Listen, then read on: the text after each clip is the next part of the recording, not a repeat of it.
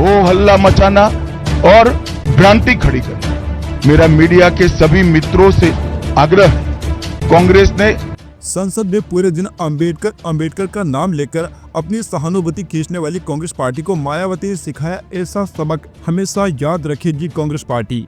गृह मंत्री अमित शाह के अंबेडकर पर दिए गए बयान की जो एक आधी अधूरी क्लिप चलाई जा रही है, उस पर संसद में हंगामा मचा हुआ है। मान्यवर, अभी एक फैशन होगा है अंबेडकर अंबेडकर अंबेडकर अंबेडकर अंबेडकर अंबेडकर। इतना नाम अगर भगवान का लेते हैं तो 7 जन्मों तक स्वर्ग मिल जाता।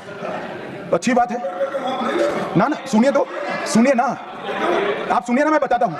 हमें तो आनंद है कि अंबेडकर का नाम लेते हैं। अंबेडकर का नाम अभी 100 बार ज्यादा लो, परंतु साथ अर्थ में अंबेडकर जी के प्रति आपका भाव क्या है ये मैं बताता हूं। मान्यवर, अंबेडकर जी को देश की पहली कैबिनेट से इस्तीफा क्यों दे दिया? अंबेडकर जी ने कई बार कहा कि अनुसूचित जातियों और जनजातियों से हुए व्यवहार से मैं असंतुष्ट हूं, सरकार की विदेश नीति से मैं असहमत हूं और आर्टिकल 370 से मैं असहमत हूं। इसलिए वो छोड़ना चाहते थे। उनको आश्वासन दिया गया, आश्वासन पूरा नहीं हुआ। उन्होंने इग्नोरेंस के चलते इस्तीफा दे दिया। और एक श्री BC रॉय ने पत्र लिखा कि अंबेडकर और राजा जी जैसे 2 महानुभाव मंत्रिमंडल छोड़ेंगे तो क्या होगा।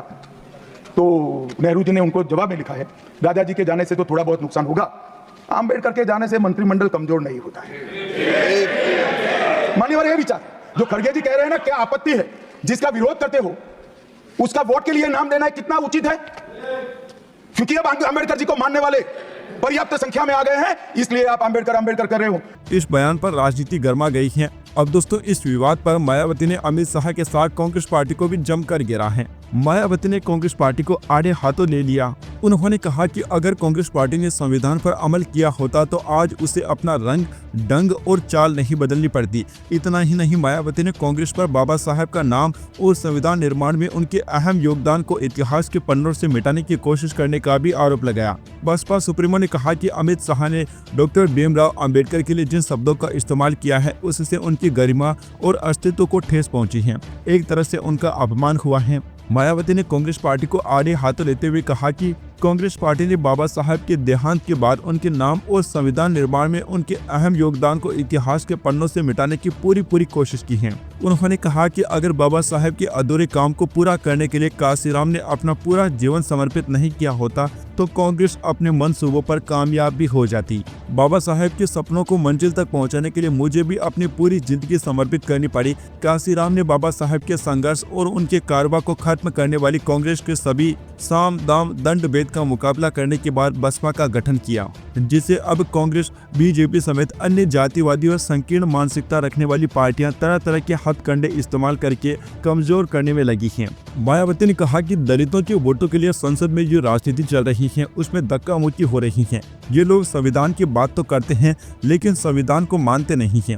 अगर कांग्रेस और सपा ईमानदारी से काम करती तो आज इन पार्टियों का ऐसा बुरा हाल नहीं होता। मायावती ने कहा कि केवल बसपा ही है जो दलितों के लिए सही मायने में काम करती है। दलित इन पार्टियों के बहकाव में आने वाले नहीं हैं। संसद में जो राजनीति चल रही है उससे लोग भ्रमित नहीं होंगे। दलितों को इससे बचना चाहिए। इन पार्टियों को मेरी चेतावनी है कि दलित पर राजनीति नहीं चलेगी। अगर आप ऐसा करते हैं तो पूरे देश में हम इसका विरोध करेंगे। जिस प्रकार से बाबा साहब के प्रति कांग्रेस पार्टी के असंख्य रहे गलत कारनामों को इनके अनुयायी अभी तक भी भुला नहीं पाए हैं और ना ही ये कभी कांग्रेस पार्टी को माफ करने वाले हैं, चाहे ये अपने कितने रंग ढंग व चाल आदि भी क्यों ना बदल लें। इतना ही नहीं बल्कि कांग्रेस पार्टी ने बाबा साहब के देहांत के बाद तो इनके नाम को व संविधान निर्माण में रहे इनके अहम योगदान को भी इतिहास के पन्नों से मिटाने की भी पूरी कोशिश की है। हालांकि अपने इस मकसद में ये पार्टी अब तक जरूर कामयाब हो जाती, ये कांग्रेस पार्टी अब तक जरूर कामयाब हो जाती यदि बाबा साहब डॉक्टर भीमराव अंबेडकर के देहांत के बाद इनके अधूरे रहे कारवा को आगे बढ़ाने के लिए मान्यवर श्री कांशीराम जी अपना पूरा जीवन समर्पित करके वे आगे नहीं आते।